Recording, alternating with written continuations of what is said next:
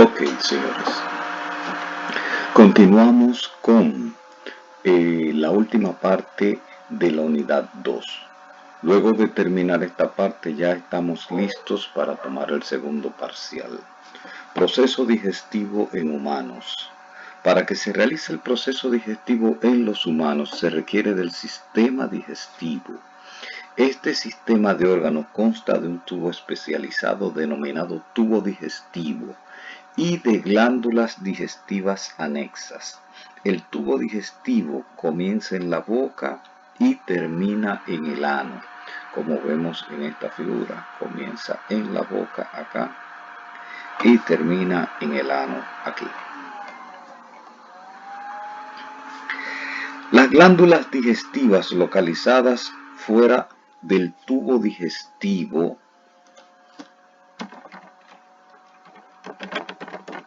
son las salivales, el hígado y el páncreas. El proceso digestivo se realiza de manera gradual, con la participación de los distintos órganos que conforman el sistema, a niveles diferentes según el paso del alimento a través del tracto o tubo digestivo. Las etapas del proceso digestivo son 4. Ingestión, digestión, absorción y egestión. Entonces, ¿qué es ingestión? Dice, consiste en llevar los alimentos a la boca. Segunda etapa, digestión, constituye la fase en que las macromoléculas de los alimentos son degradadas a moléculas suficientemente pequeñas. Fíjese que dice macromoléculas, de macro que significa grande, o sea, se reduce el tamaño de la molécula, de moléculas grandes a moléculas pequeñas, para que el organismo las utilice en la elaboración de sus propias moléculas o como combustible. La digestión en la nutrición holotrófica, que es la nutrición, diríamos, convencional, que no es una nutrición saprozoica, que es a partir de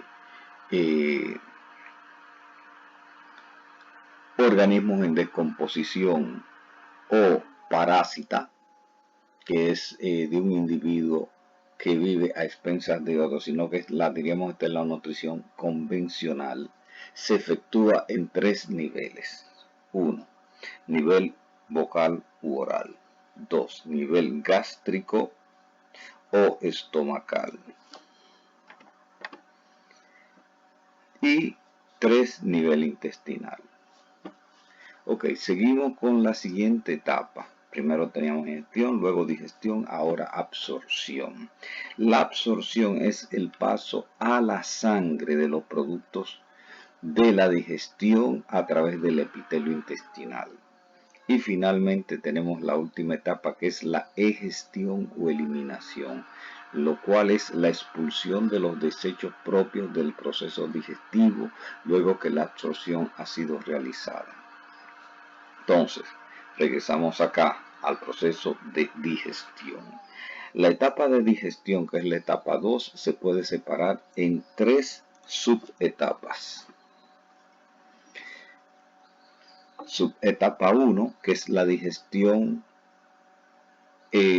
oral o bucal.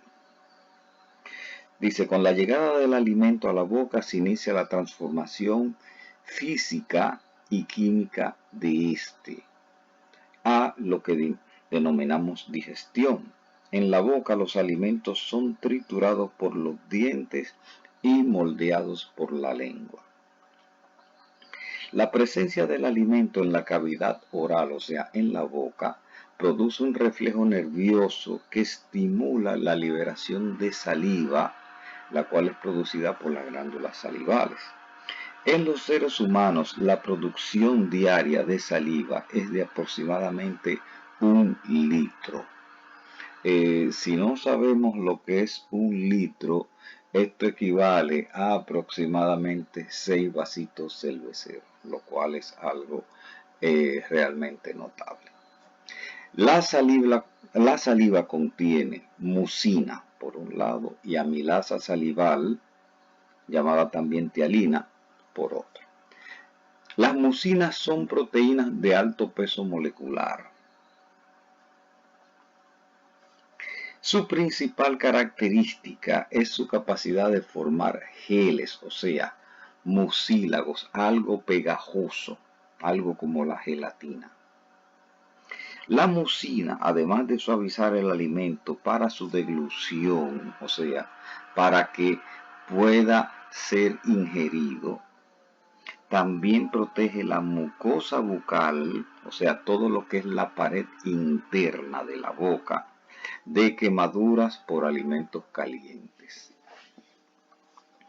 Por otro lado, tenemos la otra sustancia liberada por las glándulas salivares, que es la amilasa salivar. Acuérdese que cada vez que una palabra en un contexto técnico termina en asa, significa que es una enzima. Entonces tenemos asa, que es enzima, y amila o amilo de almidón. O sea, le está diciendo que esta es una enzima que actúa sobre los almidones. Es una enzima que actúa sobre el almidón, el cual es un polisacárido presente en muchos vegetales. Polisacáridos de poli mucho y sacárido, que significa azúcar. Entonces, presente en muchos vegetales como el arroz, plátanos, tubérculos, entre otros, porque estos no son los únicos. Tubérculo quiere decir lo que usted llama vulgarmente víveres. Ok, hidrolizándolos quiere decir descomponiéndolos hasta llevarlos a maltosa, que es un disacárido. Esto quiere decir que de almidón, que es un polisacárido, lo convirtió en maltosa, que es un disacárido. O sea, de un azúcar compleja lo convirtió en un azúcar relativamente simple. Ok.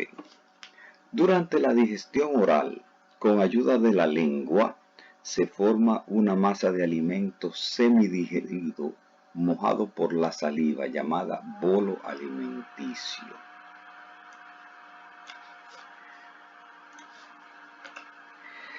En la deglución,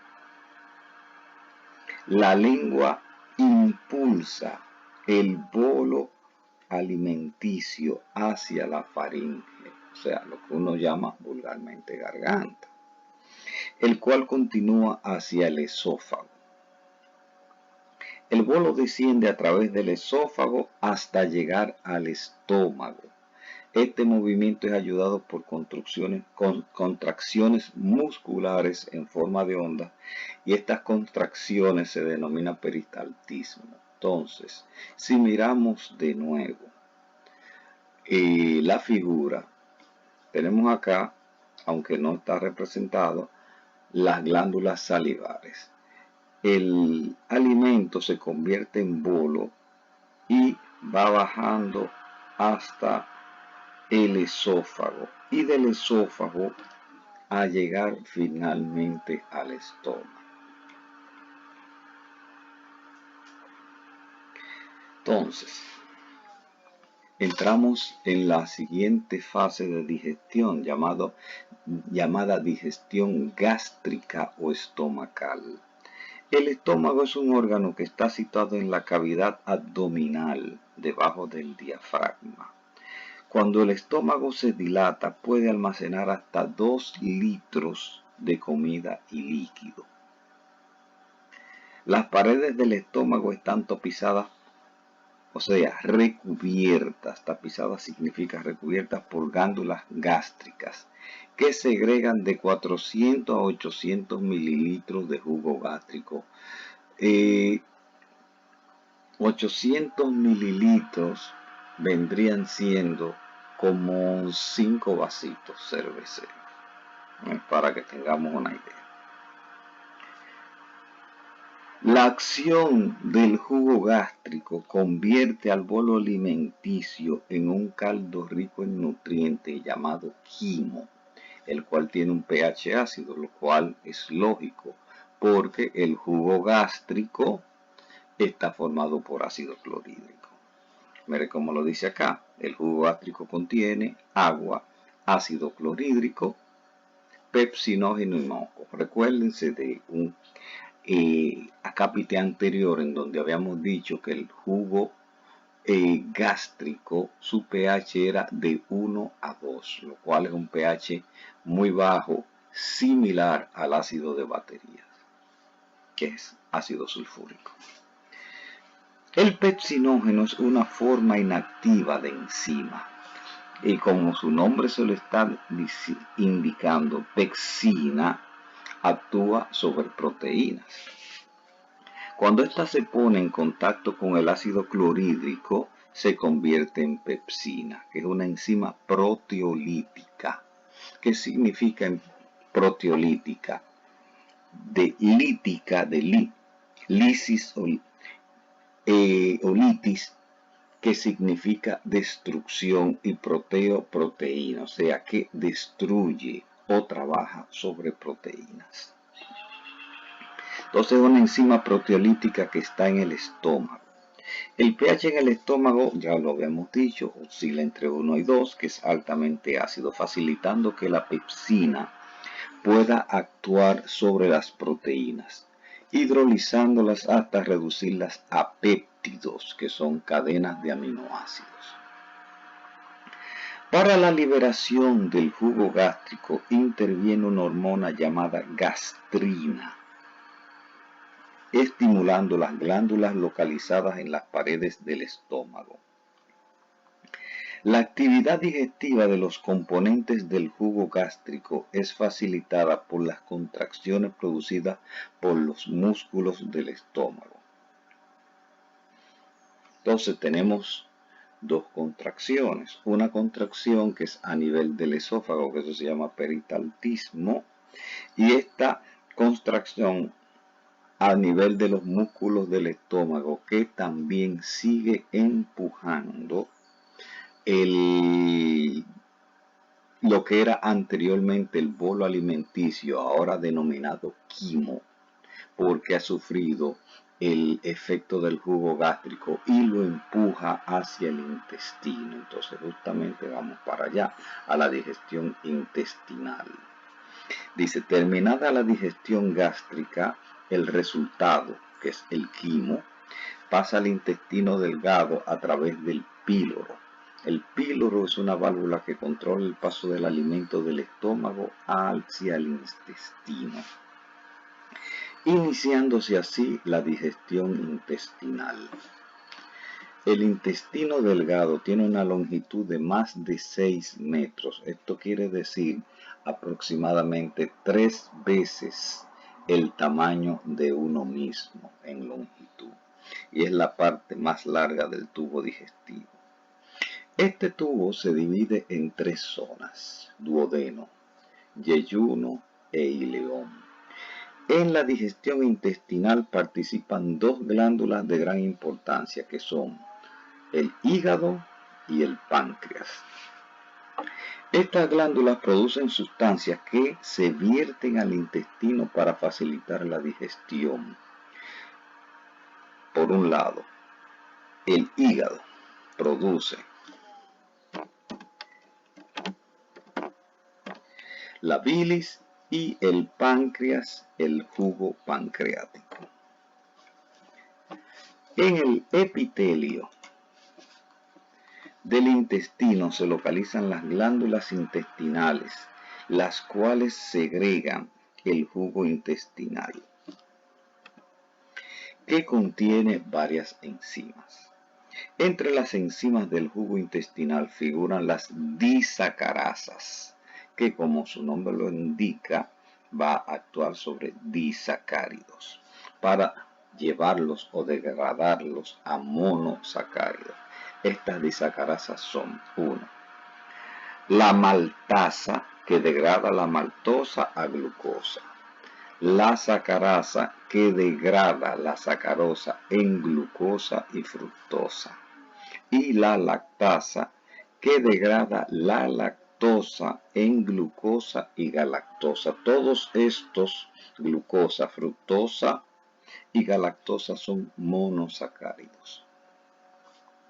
Por otro lado, el hígado produce la bilis, una mezcla alcalina muy importante para la digestión de las grasas. Y esta se almacena en la vesícula biliar.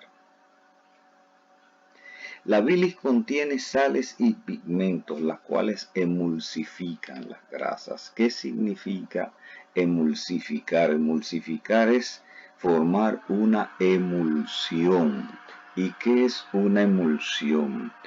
Una mezcla temporal de grasas con agua. Acuérdese que el aceite y el agua no se mezclan. Ahora bien, si usted le añade una sustancia denominada emulsificante, como es el caso de la bilis, permite que la grasa se mezcle con el agua.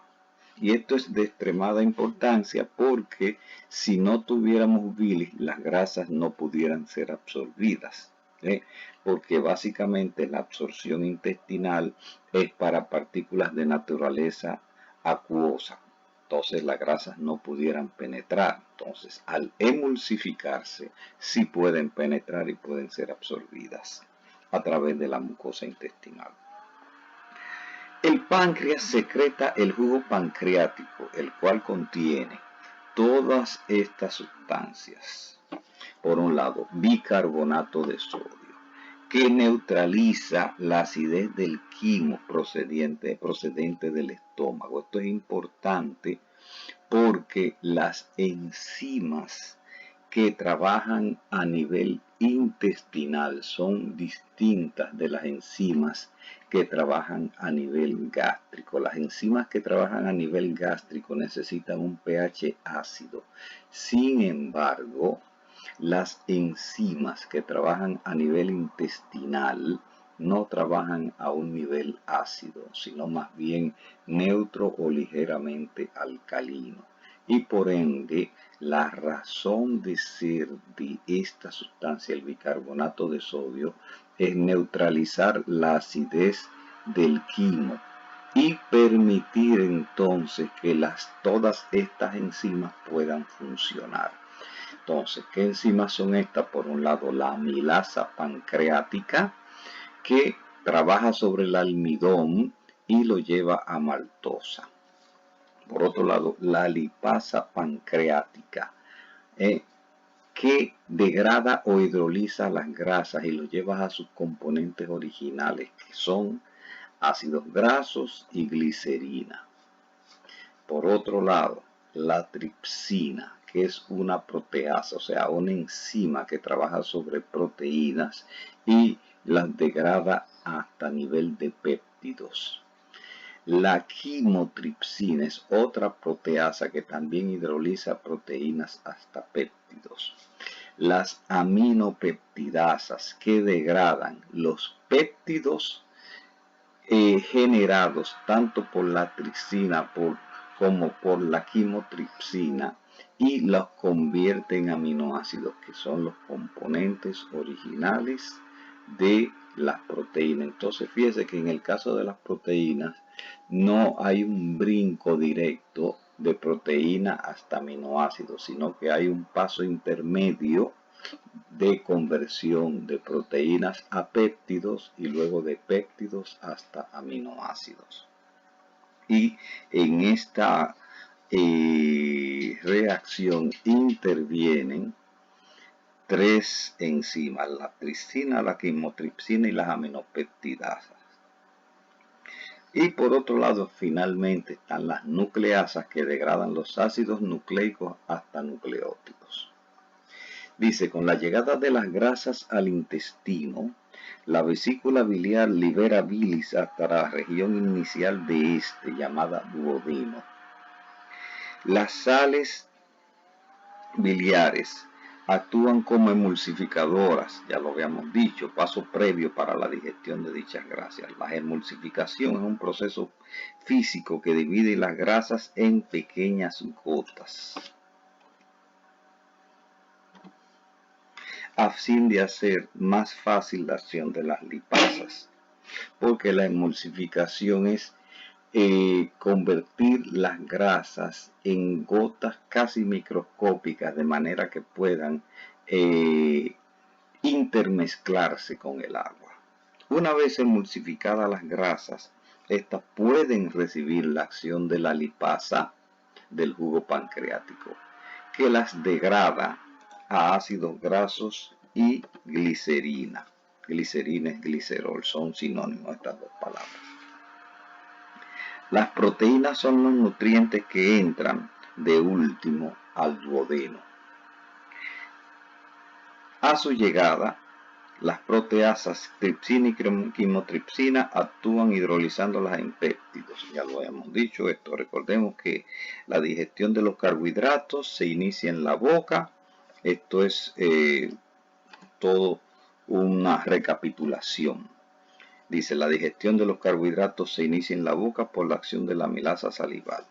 La digestión de las proteínas se inicia en el estómago con la acción de la pepsina. Y la digestión de los lípidos se inicia en el intestino delgado cuando son emulsificadas por la bilis, que las prepara para la acción de las lipasas.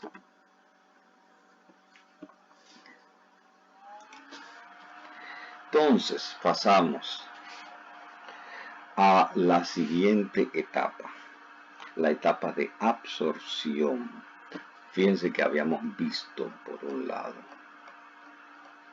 las etapas de ingestión y de digestión. Ahora vamos a la tercera etapa, que es la absorción, que es el paso a la sangre de los productos de la digestión a través del epitelio intestinal. Regresamos a absorción. Ok, la absorción dice, luego de realizada la digestión, se pasa a la fase de absorción. En esta fase, las sustancias digeridas pasan a la sangre.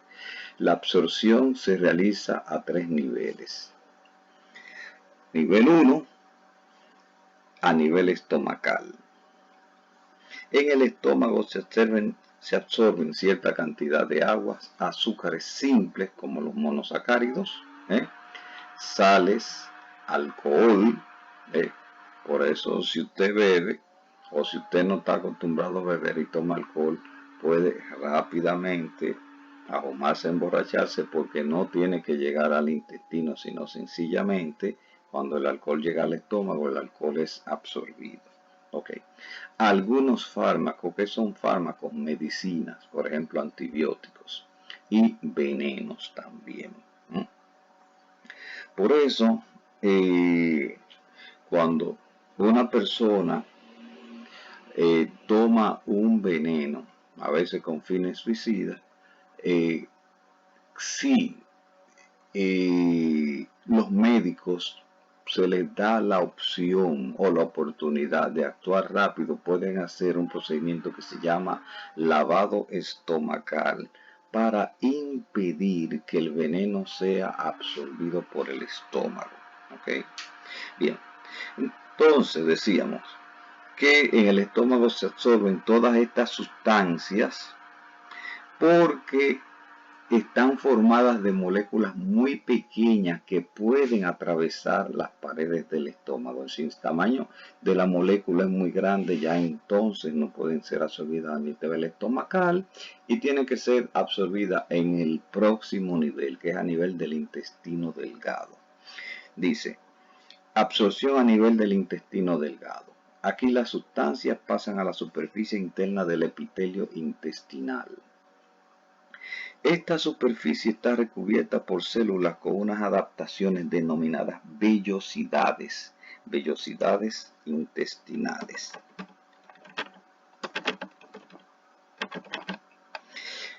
Las que están recubiertas de vasos sanguíneos y linfáticos. Esta gran superficie de vellosidades aumenta notablemente la capacidad de absorción de los nutrientes por un aumento de su área, lo cual permite que una mayor cantidad de nutrientes se absorban en el intestino, específicamente en las regiones del yeyuno y el ileón. Acuérdese que el intestino está dividido en 3 zonas: duodeno, yeyuno e ileón. Entonces, ¿cómo es esto? Tenemos aquí una representación gráfica de el intestino delgado, con la primera zona llamada duodeno, la segunda zona llamada yeyuno y la tercera zona llamada ileón. En el intestino delgado tenemos la mucosa intestinal, la cual tiene estas protuberancias adentro, que aumentan la capacidad de absorción del intestino. No es lo mismo un intestino que sea plano, una mucosa interna plana, a una mucosa interna con estas rugosidades que le aumentan altamente la capacidad de absorción. Por acá es que entran, por estas mucosas o vellosidades es que penetran los nutrientes, y por eso hay vasos sanguíneos que van colectando los nutrientes y los van arrastrando. Ok, seguimos acá. Dice, la mayoría de las sustancias nutritivas que pasan a la sangre llegan al hígado. O sea, estos capilares llevan a través de la sangre los nutrientes al hígado, a través de la vena porta hepática, donde se procesan y se distribuyen sus nutrientes. Si ciertas sustancias son almacenadas, como es el caso del glucógeno hepático y algunas vitaminas. Entonces, tenemos otro tipo de absorción que es a nivel del intestino grueso o colon. Aquí llega el residuo líquido de los materiales una vez completada la digestión y absorción del intestino delgado. En el colon se absorbe una gran cantidad de agua y sodio, convirtiendo las heces líquidas en sólidas. Si este proceso no se da, entonces usted entra en una condición que no es normal, denominada diarrea, porque lo normal es que el agua sea absorbida y las heces fecales se conviertan en sólidas. Este movimiento es lento y dura alrededor de 12 a 24 horas, formándose así la materia fecal. Esta se acumula en la porción denominada recto, donde se expulsa por el ano, fase en la que denominamos egestión, eliminación o defecación. En adición a lo anterior, también es importante recalcar que en el intestino grueso habitan bacterias que no son patógenas,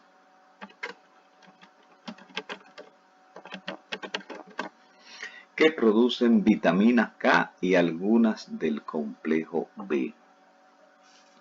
Por eso, en el caso de que usted tenga algún tipo de tratamiento muy largo que implique antibióticos, los cuales van a matar estas bacterias, lo recomendable es que usted esté suplementado con un multivitamínico que contenga vitamina K y vitaminas del complejo B, porque si no puede entrar en una avitaminosis de estas vitaminas.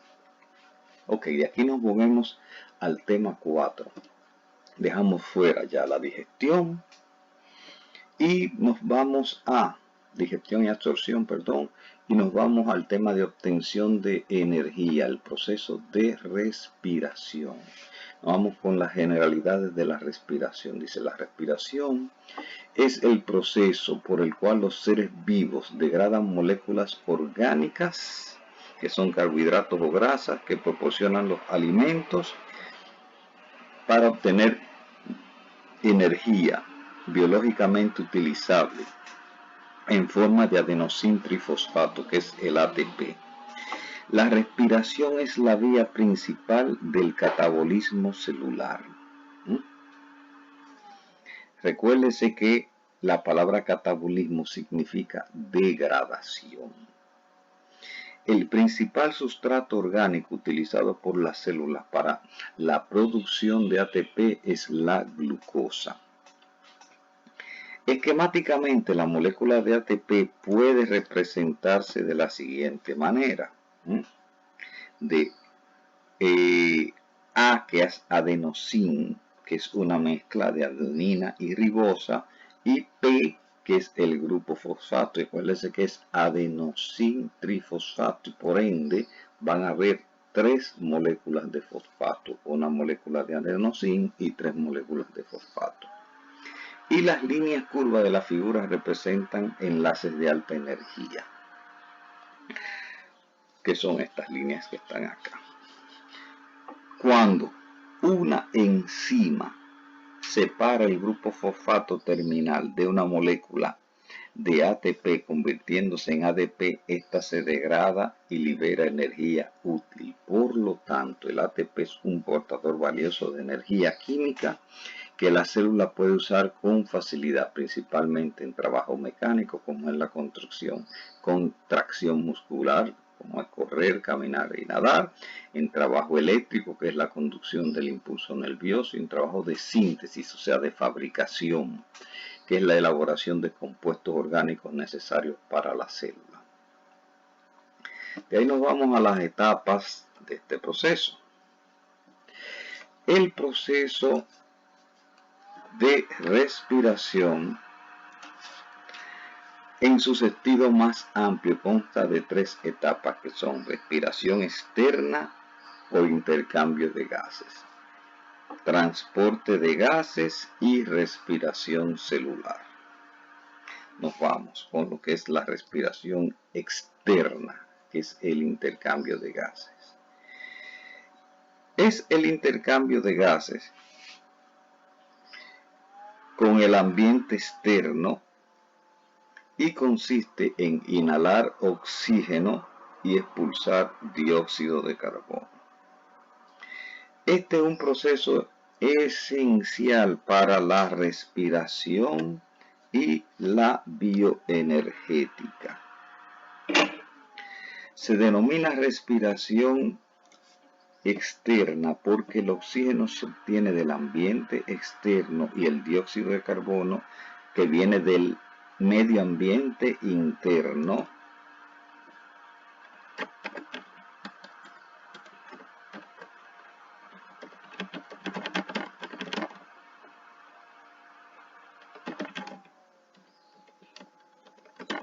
se libera hacia el ambiente. Los movimientos del tórax ayudan a la circulación del aire. La inhalación se produce por la dilatación. Dilatación quiere decir ensanchamiento de la cavidad torácica, y el movimiento de las costillas y el diafragma, que es el músculo que está recubriendo los pulmones. Acuérdense una cosa: los pulmones no se cierran ni se abren solos. Quien ayuda a que se cierran y se abran es el diafragma, que es el quien tiene la capacidad de contraerse y expandirse de nuevo. Los pulmones no tienen esa capacidad y funcionan básicamente como si fueran bolsas de aire, que si usted la empuja, libera el aire, y si otra vez permite que se llene, otra vez toman aire. El aire pasa por las cavidades nasales, se calienta y se humedece. Luego pasa de la faringe a la tráquea, la cual se continúa con los bronquios, que se ramifican cada vez más y terminan en una gran cantidad de sacos microscópicos llamados alvéolos pulmonares. y es ahí donde se realiza el verdadero intercambio de gases y el oxígeno pasa a la sangre.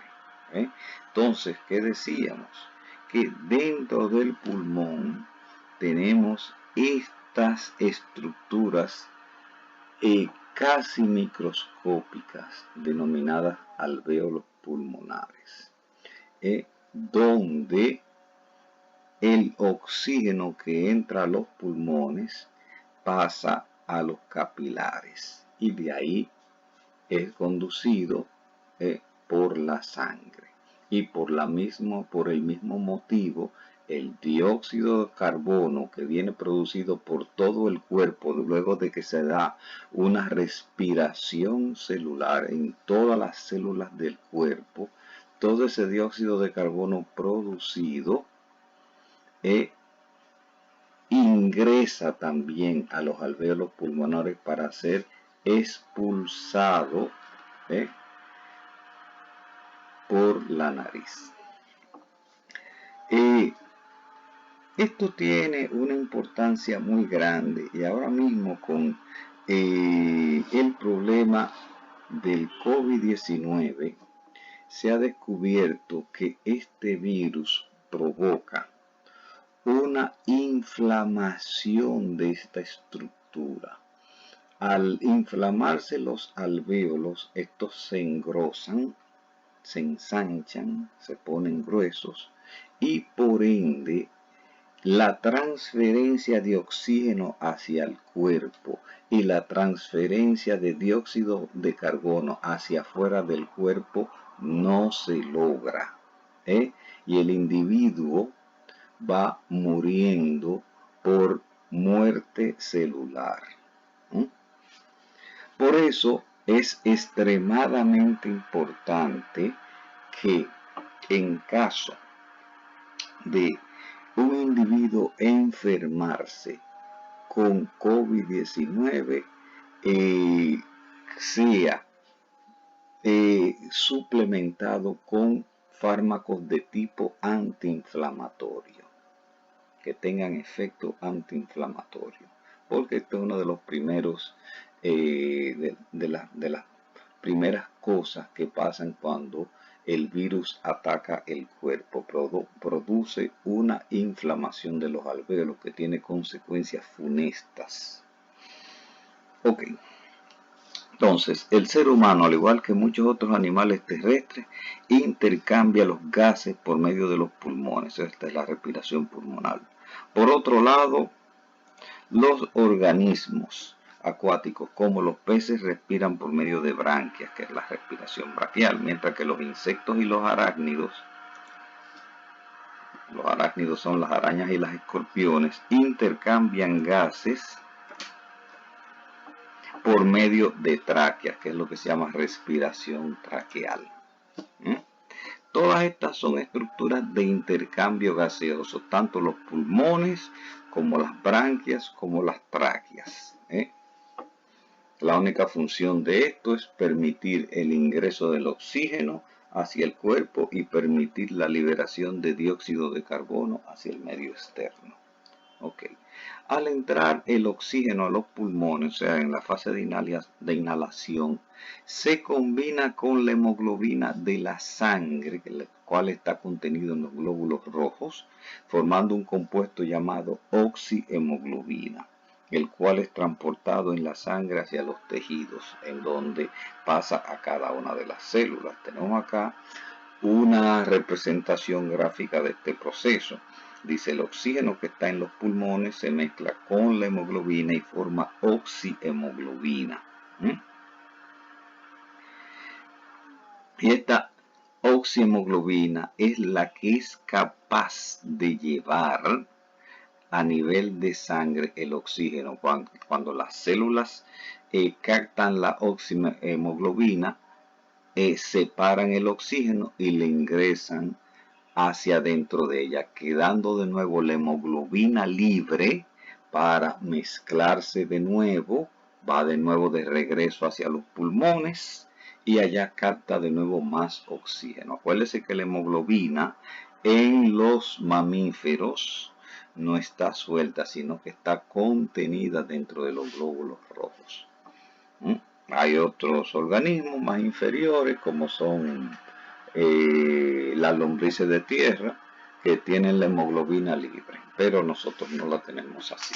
La hemoglobina está dentro de los glóbulos rojos. Okay. Por otro lado, y los glóbulos rojos son unas células tan especializadas que para permitir que las moléculas de hemoglobina puedan cargar más moléculas de oxígeno, son las únicas células del cuerpo que no tienen núcleo, para que el núcleo no le ocupe un espacio. Y de esta manera funcionan como si fueran camiones cargueros de oxígeno, o sea, patanas de oxígeno. Ok. Por otro lado, el dióxido de carbono eliminado por las células en los tejidos se combina también con la hemoglobina, formando un compuesto llamado carbaminohemoglobina, y en esta forma es transportado a través de la sangre de nuevo en los glóbulos rojos, donde es expulsado hacia la atmósfera. Existen 3 mecanismos de transporte de dióxido de carbono en el cuerpo. El más grande, el 70%, aproximadamente un 70%, es transportado en la sangre como iones bicarbonato. Un 23% es a través de los glóbulos rojos que contienen hemoglobina, y un 7%, que es una pequeña cantidad, se transporta disuelto en el plasma sanguíneo. Sea cualquiera de estas 3 maneras, todas van a recalar a los pulmones, a donde son liberados hacia el medio externo. Mírenlo acá, dióxido de carbono procedente de las células, más hemoglobina forma carbaminohemoglobina, y donde esta carbaminohemoglobina otra vez se convierte en hemoglobina, y el dióxido de carbono penetra a través de los alvéolos pulmonares hacia el medio externo, tal como mencioné anteriormente. Si usted tiene, por desgracia, o uno de sus familiares, COVID-19, este proceso no se da de la manera correcta, porque los alvéolos pulmonares estar engrosados, esta separación, la hemoglobina que va llevando el dióxido de carbono para entregarlo, acuérdense que va dentro de los glóbulos rojos como si fueran unas patanas cargando dióxido de carbono para entregarlo en los alvéolos. La entrega no se puede dar para que el dióxido de carbono salga hacia afuera, porque al estar los los alvéolos pulmonares muy engrosados, es como que usted haya cerrado una frontera y no deja pasar. Entonces el organismo se queda pobre en oxígeno y altísimo en dióxido de carbono. Esto es lo que va a formar, dando como consecuencia una muerte celular del individuo.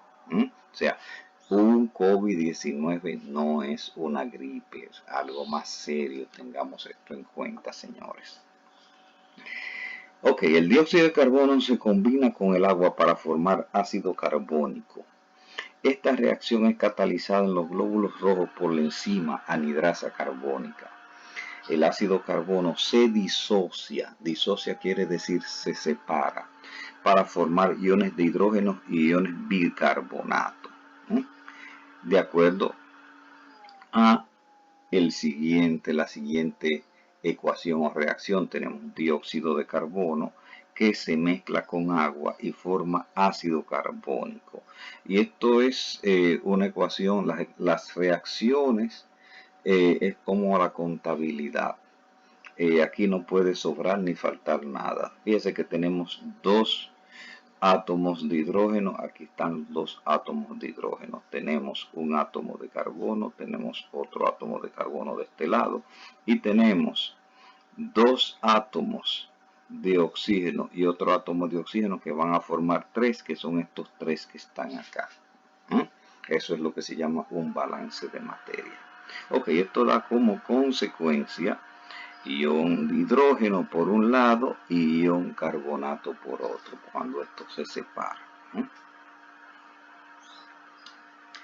De ahí pasamos a lo que es la respiración interna o celular. Ya habíamos visto la respiración externa, que sucedía a nivel de los pulmones. La respiración interna consiste en una serie de reacciones bioquímicas que tienen lugar en las células, principalmente en las mitocondrias, que son unos organelos que se encuentran dentro de las células. Y esto se hace con el fin de obtener energía en forma de ATP, que es el adenosíntrifosfato. Se llama respiración interna porque el oxígeno se usa dentro de las células, donde se produce como consecuencia y como producto de desecho o subproducto el dióxido de carbono. La respiración celular o llamada también interna puede ser aeróbica cuando se realiza en presencia de oxígeno y anaeróbica cuando se realiza en ausencia de oxígeno. La palabra aeróbico viene de la palabra aero o aeros, que en latín significa aire, y bica, bio o vía, que significa vida, o sea, vida a partir del aire. Mientras que la palabra anaeróbica se le añade el prefijo an, que significa sin, o sea, quiere decir sin aire. Entonces de ahí pasamos a lo que es el desglose de la respiración celular aeróbica. Dice, de todas las vías de liberación de energía, la respiración aeróbica es la que produce más ATP por cada molécula de glucosa. Mientras que para las respiraciones anaeróbicas hay un rendimiento neto de solamente 2 ATP, la respiración aeróbica comúnmente rinde de 36 a 38 moléculas de ATP. En el caso de la respiración aeróbica, este hecho de que sea 36 o 38 depende del tipo de célula. Por ejemplo, en las células del músculo esquelético y del cerebro se producen 36 moléculas de ATP, debido a que los electrones están en un nivel más bajo al entrar en la cadena respiratoria. Sin embargo, en el caso de las células del hígado, del riñón y del corazón, el rendimiento va a ser de 38 ATP. Ahora bien, la reacción general de la respiración aeróbica se puede representar con la siguiente ecuación, en donde tenemos el monosacárido glucosa, que es C6H12O6, este 2 es un subíndice.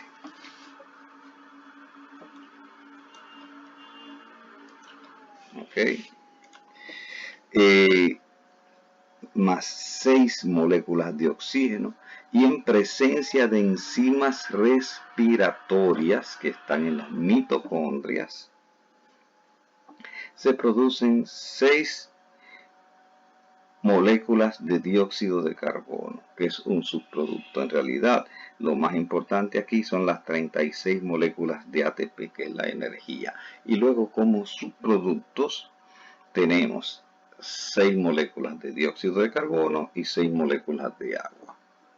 Pero el producto más importante de todos es este, que es las 36 moléculas de ATP.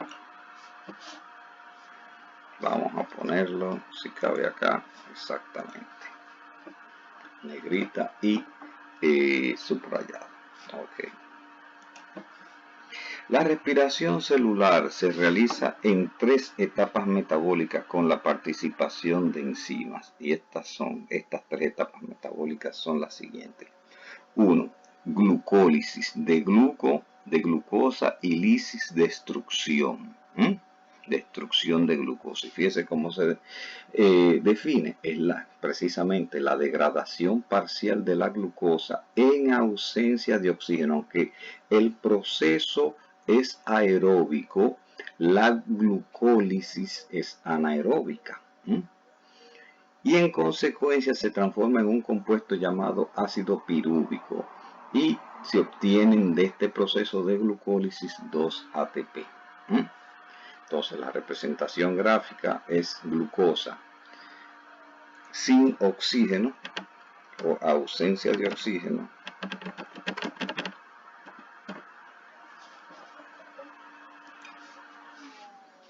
en ausencia de oxígeno vamos a tener ácido pirúvico y 2 ATP. Vamos a ir llevando la contabilidad de los ATP. Ok. Como se puede observar en el esquema anterior, en la glucólisis se forman dos moléculas de ATP, ya lo habíamos dicho, como rendimiento neto de energía de la glucosa. Todas estas reacciones ocurren en el citosol de la célula. Esto es a nivel intracelular. De ahí pasamos a otra etapa denominada ciclo de Krebs, denominada también ciclo del ácido cítrico.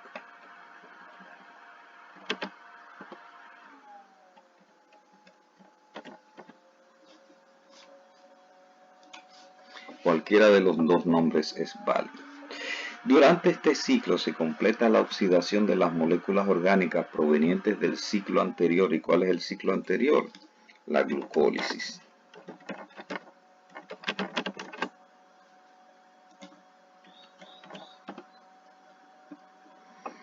Produciéndose 2 ATP.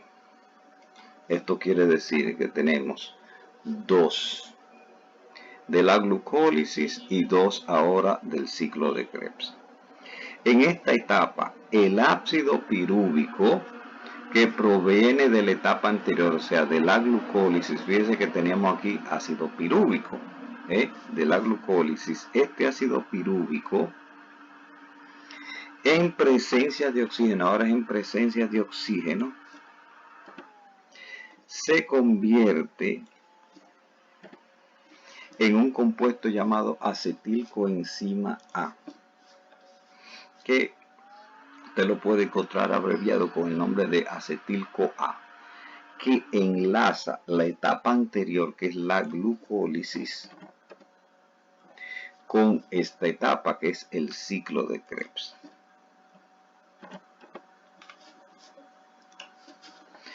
Permitiendo el desprendimiento de dióxido de carbono y la producción de electrones, yendo ambos al próximo ciclo, el cual es la cadena respiratoria.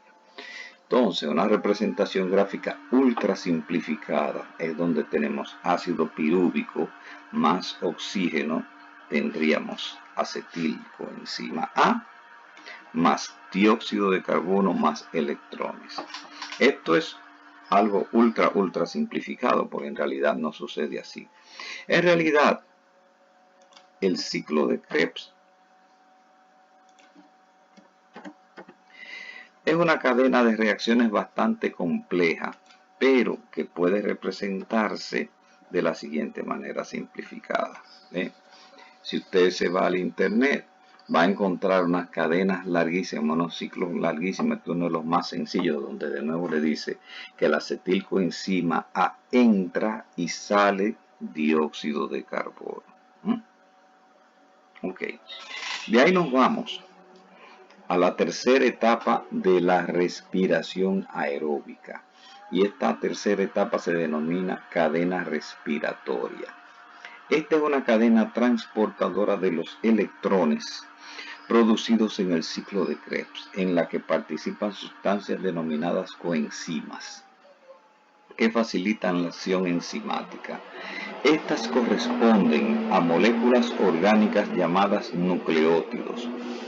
Los electrones van pasando a través de estos transportadores que se encuentran en las crestas mitocondriales. Acuérdense que lo habíamos hablado, le habíamos dicho que eso sucede en las mitocondrias, pero dentro de las mitocondrias, en este caso sucede en las crestas, o sea, unas protuberancias que tienen las mitocondrias, denominadas crestas mitocondriales. Una cresta es algo que sale hacia afuera. Por ejemplo, en el gallo, la pieza que está encima de la cabeza, eso se llama cresta.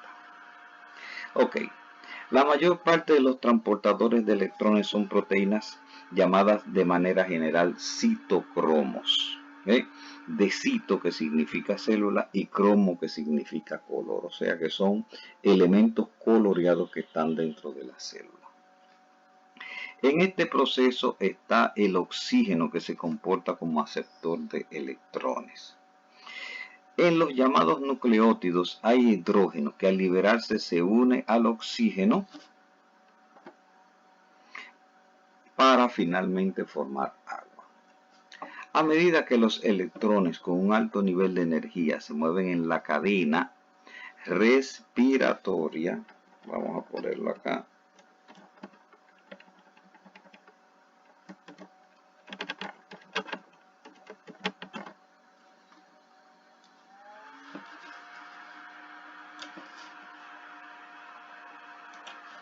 se forman 32 moléculas de ATP.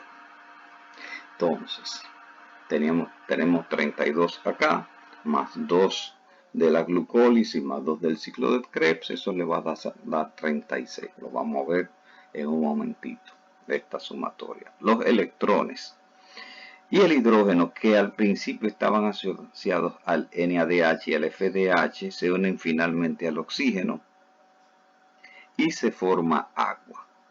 ¿Okay?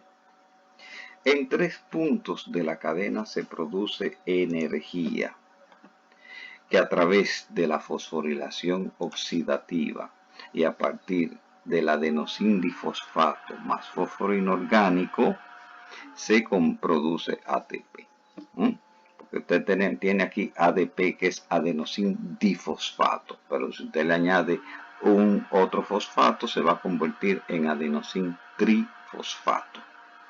Entonces la cadena respiratoria, de manera resumida, se presenta de esta forma. Tenemos NADH y en esta etapa se libera ATP, que es convertido en FADH2 y también libera ATP esta etapa. Y que a su vez es convertido en citocromos, que a su vez también libera ATP.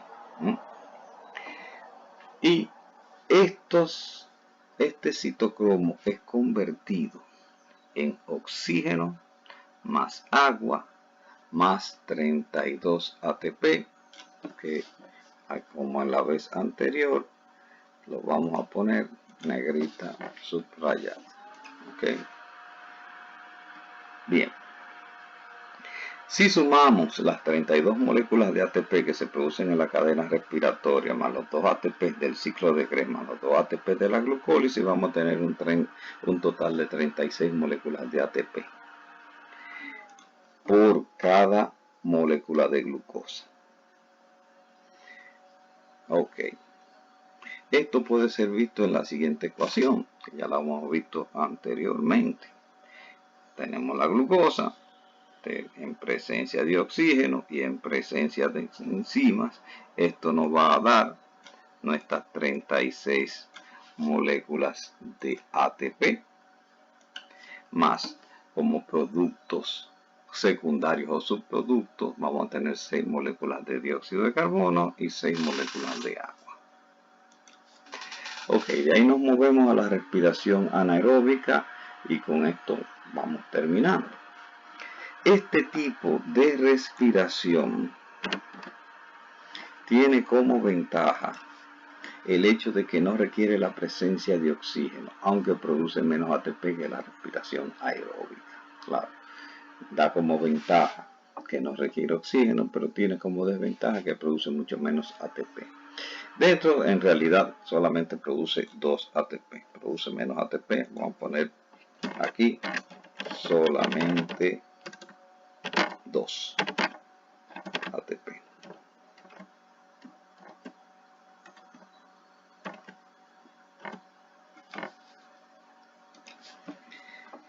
Dentro de la respiración anaeróbica existen dos tipos. Por un lado, lo que se llama fermentación láctica, también llamada respiración anaeróbica animal. Esta se produce cuando no hay suficiente oxígeno en las células animales, ejemplo, células musculares, durante una actividad física intensa. En esta condición, la glucosa se degrada y se produce ácido láctico y dos moléculas de ATP. Tenemos aquí la representación gráfica, glucosa en ausencia de oxígeno. Da como producto final 2 ATP, que es nuestro producto principal.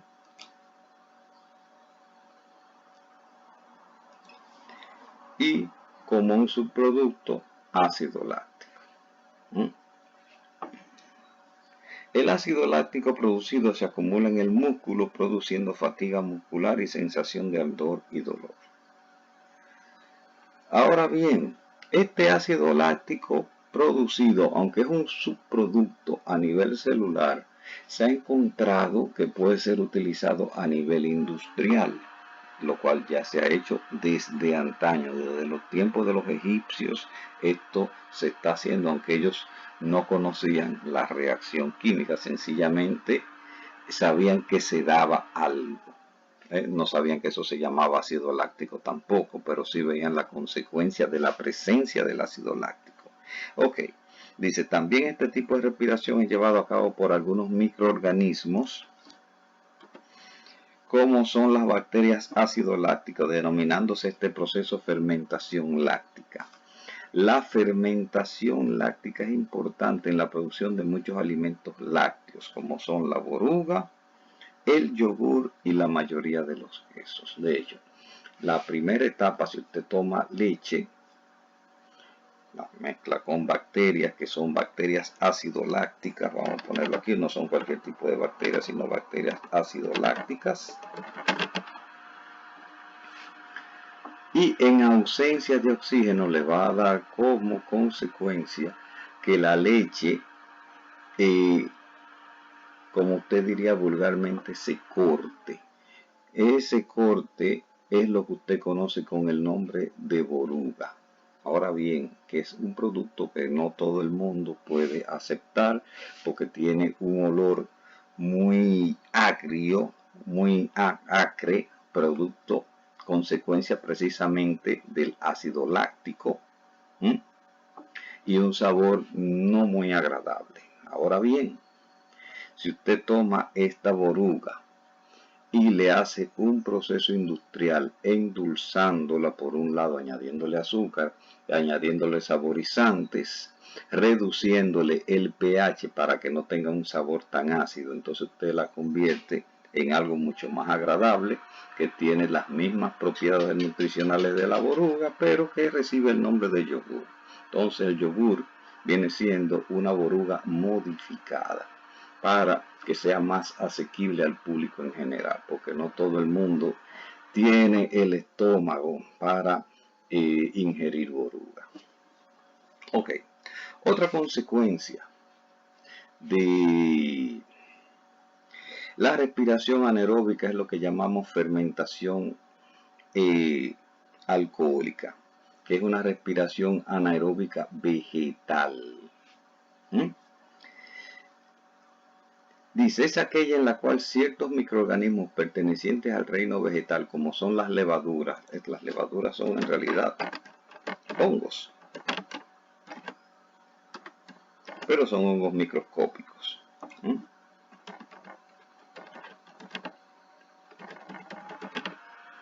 Degradan la glucosa produciendo alcohol etílico, que es llamado también etanol, dióxido de carbono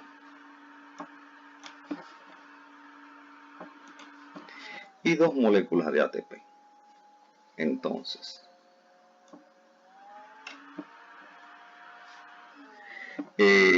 tenemos acá la glucosa en presencia de levaduras,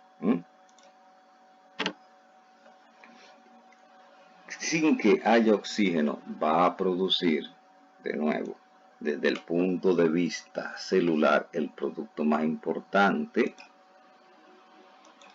son los 2 ATP. Y como subproductos van a obtenerse alcohol etílico y por otro lado dióxido de carbono. La fermentación alcohólica es sumamente importante, ya que se utiliza por un lado el alcohol producido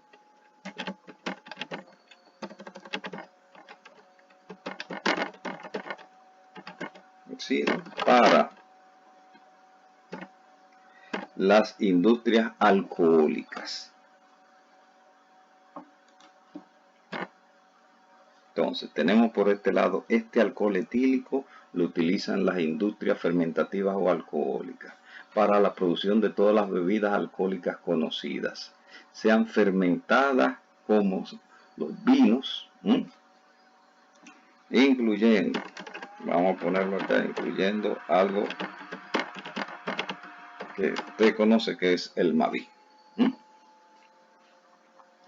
Y por otro lado, bebidas fermentadas destiladas, como son el ron, el whisky, la tequila, el coñac y el vodka, aparte de alcohol etílico industrial y de uso automotriz, que es un alcohol que no se conoce aquí en el país, pero en otros países como Brasil no usan gasolina, sino que usan alcohol automotriz, y con eso mueven los motores. Es un alcohol de pureza muy alta, de 99% de alcohol. Y por otro lado, el dióxido de carbono producido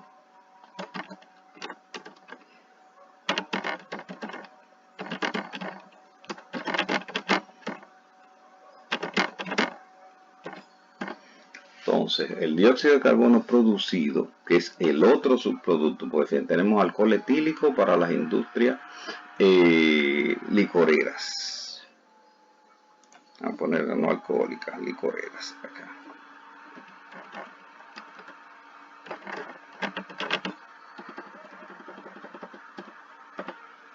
Mientras que el dióxido de carbono que se produce lo utilizan las industrias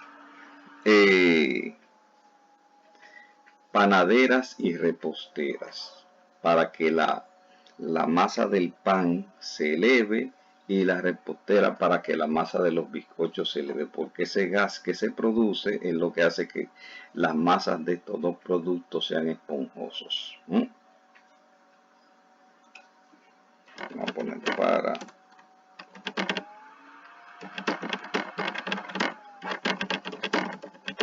productos sean esponjosos. Ok. Y los que no sabemos lo que es una destilación, es un proceso en el cual se calienta un líquido y este líquido se convierte en gas y pasa por un serpentín, el cual va recibiendo agua que no va a entrar en contacto. El gas que pasa por aquí no entra en contacto con el agua fría que entra por acá, sencillamente es para enfriar este tubo. Y por ende, al enfriarse de golpe, esto que venía en forma de gas se convierte en líquido y se recoge de este lado. Si usted pone agua de este lado, usted saca agua destilada de este lado. Si usted coge un vino de este lado, por ejemplo, un vino de caña, de este lado, saca ron. Y este proceso usted lo utiliza para cualquier bebida destilada, como los vinos, incluyendo cervezas y Mavi.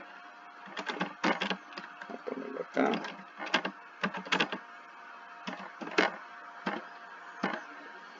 Ya que la cerveza es en realidad un tipo de vino, el cual usted no dejó que la fermentación se completara, y por eso el grado alcohólico es menor de 12.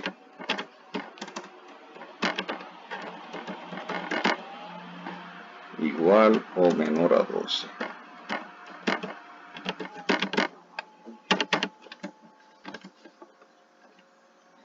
Y esto es el grado alcohólico mayor de 35%.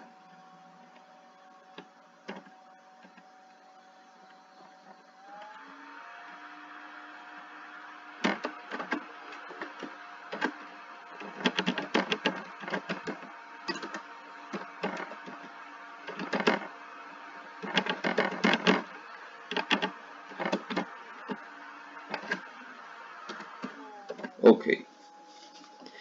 Y con esto, señores, perdón, queda esto que dice de interés. Dice, los pulmones de los seres humanos tienen aproximadamente 300 millones de alvéolos cada uno. A través de estos pequeños sacos los gases se difunden hacia los capilares, es decir, en ellos el oxígeno que respiramos es llevado a la sangre. Así como se difunde el oxígeno en estos sacos de aire, también lo hace el humo del cigarrillo, que es rico en brea y nicotina, o los vapores de la juca, que generalmente es alcohol isopropílico, que es una sustancia muy tóxica si es ingerida. No es tóxica si usted se la unta, que es el alcohol de desinfección, pero si usted se la toma o la inhala es tóxica, que se inhala cuando se fuma. ¿Okay? Los alvéolos no vuelven a crecer en el pulmón. Después que usted los destruyó, esos alvéolos no vuelven a crecer y muchos de ellos son destruidos por el humo del cigarrillo o de la juca. Es decir, que su destrucción es permanente. Fumar crea adicción al tabaco en el caso de los cigarrillos, lo cual se conoce como tabaquismo. Esto es debido a la acción de la nicotina, que es un alcaloide.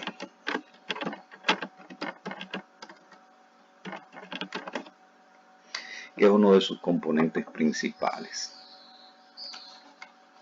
El tabaquismo, según la Organización Mundial de la Salud, está relacionado directamente con 29 enfermedades. Esta es la misma organización que dijo originalmente, la que usted tiene, o que seguro ahora te oye mucho, que originalmente dijo que no era necesario usar mascarillas. Ahí como te diría vulgarmente, o coloquialmente, ahí se comieron los mocos, porque fue un gran error y eso ha contribuido al descrédito de esta entidad internacional, decir que no era necesario que las personas comunes y corrientes usaran mascarilla. Esto fue lo que causó que el COVID se convirtiera en pandemia, desgraciadamente. Uno no sabe cuáles eran las intenciones de esta organización internacional al decir que no se debía o que no era necesario usar mascarilla. Porque ahora, como ustedes ven, todos los países están implementando como medida obligatoria que todo ciudadano use mascarilla. Ok. Entonces dice, el tabaquismo, según la Organización Mundial de la Salud, está relacionado directamente con 29 enfermedades y se considera como una de las principales causas del 95% de los cánceres del pulmón. También, al ser afectados los pulmones, los fumadores tienen mayor probabilidad de muerte si se contaminan con COVID-19. Hay 3 factores de alto riesgo. El primero es el fumar, porque tienen los pulmones afectados y parte de los alvéolos ya no funcionan. Otro factor de riesgo es la presión alta, o sea, ser hipertenso. Y otro factor de riesgo es ser diabético. Ahora bien, si usted tiene presión alta, es diabético y fuma, usted tiene 3 factores en contra y las posibilidades de supervivencia si usted se contamina con COVID-19 no son muy halagüeñas. ¿Okay? Bien, el humo del tabaco no solo afecta al fumador, sino que además perjudica a las personas que respiran del mismo aire, es decir, a los llamados fumadores pasivos. El tabaquismo genera dependencia física, psicológica y social. Y debido a ello se ha planteado que los fumadores o consumidores de tabaco necesitan tratamiento para superar la dependencia. Por esta razón,